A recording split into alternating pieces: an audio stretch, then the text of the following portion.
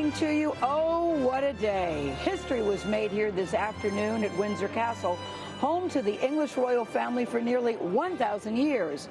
In a ceremony that followed every nuance of tradition, the day proved to be unconventional, compelling, inclusive, and oh so very modern.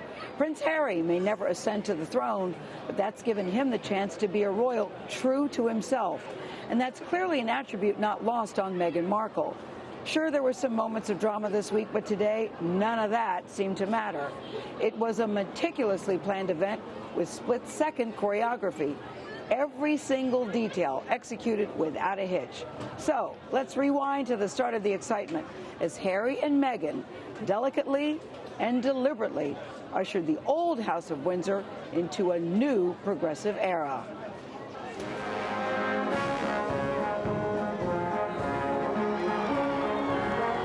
It's huge. It's the biggest thing to hit the town in living memory. I have to be a princess when I grow up. The town of Windsor, England was packed with well-wishers this morning, ground zero for the worldwide celebration heralding the marriage of Prince Harry and his American bride, Meghan Markle. I think it's got all the ingredients. Newspaper editor Paul Thomas says Brits are just wild about their Harry. Everybody loves him here. He's obviously the most popular royal.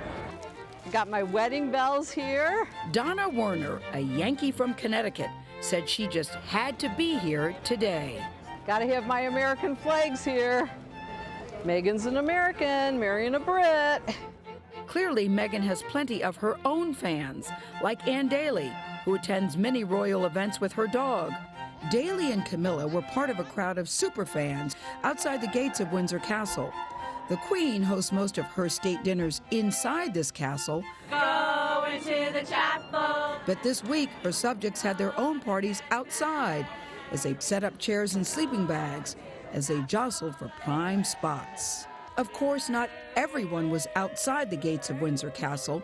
A lucky few, 2,640 to be exact, were invited to be inside the gates for a close-up view of the royals, family, and friends as they arrived for the wedding of the year.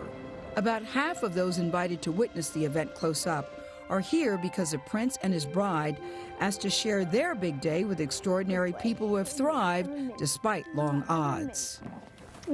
12-year-old Amelia Thompson was injured in last year's bomb blast at the Ariana Grande concert in Manchester, a terrorist attack that killed 22. Thompson suffered trauma and injured her vocal cords from screaming at the horror playing out around her. What happened on that night was so traumatic, and I just want to make something happy out of what happened, not necessarily happy but positive, so people don't remember the bad things, they remember the positive. Amelia planned to take her friend Sharon Goodman to see the arrivals today. Goodman's granddaughter, Olivia Campbell Hardy, was killed at the concert. Spending the day with Sharon and seeing Meghan's dress and getting dressed up myself, that's my main things I'm really excited about. 18-year-old Kai Fletcher can hardly believe his luck. Just 3 years ago, he was living on the streets after fleeing a violent home life. I was homeless, I had not a lot of support, I had issues. Probably wasn't the politest of people, but now I'm just completely the opposite. Kai says he turned his life around with the help of the Southside Family Project. Today he works there as a youth counselor and has been named Citizen of the Year twice in his hometown of Bath. It's very surreal. There's a lot of famous people that haven't been invited to this wedding, and I have been invited. Philip Gillespie, an Irish soldier who lost his leg in Afghanistan, today is an ambassador for ABF, the soldiers' charity, the group that helped him recover after his injury.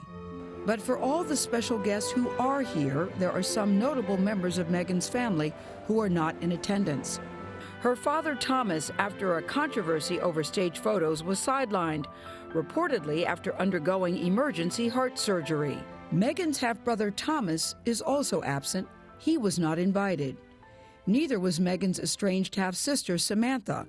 But while this week would have been unsettling for any bride-to-be, it was all forgotten today as some of the world's biggest celebrities came out in force and turned the wedding into a star-studded and stylish affair. There was actor George Clooney and his glamorous wife Amal wearing a Stella McCartney dress. Oprah also wearing Stella McCartney. And British actor Idris Elba. James Corden, host of The Late Late Show on CBS. Fashion designer Victoria Beckham and her husband, soccer star David Beckham. 12-year-old Amelia Thompson even got a quick photo op with Beckham. Tennis star Serena Williams and Sir Elton John. Members of the British royal family also made their mark. Among them, Charles Spencer, Princess Diana's brother, Pippa Middleton, Kate's sister, and Sarah Ferguson. And the elite and beautiful people arrived in their poshest clothes and finest plumage, including the most British of accessories, that fascinator. Suddenly, Meghan Markle appeared, riding in a Rolls-Royce with her mother, Doria Ragland. Yeah, that's her in the back. I loved the moment when she arrived in the car with her mother. I thought that was incredible. The first glimpse of Meghan through the window of that car, you get the first glimmer of the veil, the mother's sweet face next to her. I thought that was one of the most iconic images, actually, of the whole day. Only minutes later, Prince William and then Prince Harry emerged from their car closer to St. George's Chapel. He's got the beard! The crowd cheered and showered their love on the royal brothers who were as close can be. 7 years ago, Prince Harry served as Prince William's best man, famously whispering to him as Kate Middleton walked down the aisle.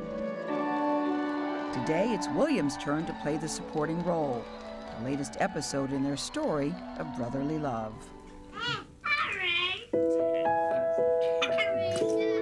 We've watched them grow up, watched them play together, laugh together, Harry. mourn together. Your mum was bravely loved. God bless you, darling. We've seen them serve their country and become helicopter pilots together. First and last time we'll be living together. It's been a fairly emotional experience. Two brothers. He does do a bit of the washing up, then he leaves most of it in the sink. Oh, the lies. Yeah. Best He friends. snores a lot as well, keeps me out all night long. Get this on camera. There for each other You forgot your boots. through thick and thin. Where are my ones? Here. Every year we get closer. We've even resorted to hugging each other now after not seeing each other for long periods of time. We get along, really well, Harry and I. They have a very, very close bond with one another. He is the one person on this earth who I can actually really, we can talk about anything. Even more so after the life-shattering death of his beloved mother. They're as close as brothers can be. Brotherly love. They're the only people who know really what they went through. But they are very different. William is a controlling sort of person who thinks about everything very deeply before he makes a decision. Harry, he flies by the seat of his pants. I think he's a real scamp still, Harry. I think that he's a funny, more light-hearted than William, who actually does have a very good sense of humour himself. William, though, now understands that he's really being seriously groomed to be the king. And that is a much heavier burden for him going forward. He understands that whatever he's really doing now is still sort of marking time for the big role, whereas Harry knows that this is his role. There isn't going to be another role. But today, they're just two brothers, a groom and his best man. The only thing missing, their mother, yet all eyes can imagine her. Princess Di, proud mother, watching her baby, her youngest son Harry beaming with joy. Delighted to be sure that both her sons did what she hoped they would do, marry for love. As Prince Harry awaited his true love, his soon-to-be bride was getting closer and closer. I have physical goosebumps on my arm.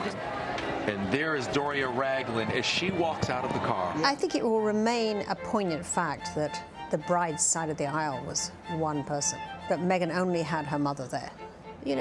In some ways, she's giving away her daughter to the royal family.